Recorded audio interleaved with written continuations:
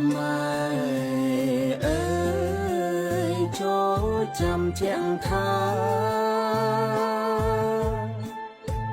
តាមសៅវតាជាខែមរាធ្លាប់តែកើតទឹកដីខ្មែរធំទូលំទូលាសពសាយរុងរឿងគេអាយតែលើកដំកើងដំកល់ជាតិយើងចាត់តុងឡើងជាជាតិច្បង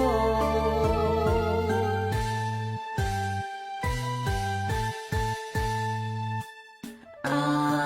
រៀងធរខ្ពងខ្ពស់ឆាតឆាយបានចេញសពសាយក្រុមទើទាំងឡាយចង់បពីសាសនាសិល្បៈចំឡាក់វិចិត្រគំនិតសិក្សាដនត្រីទស្សនវិជ្ជា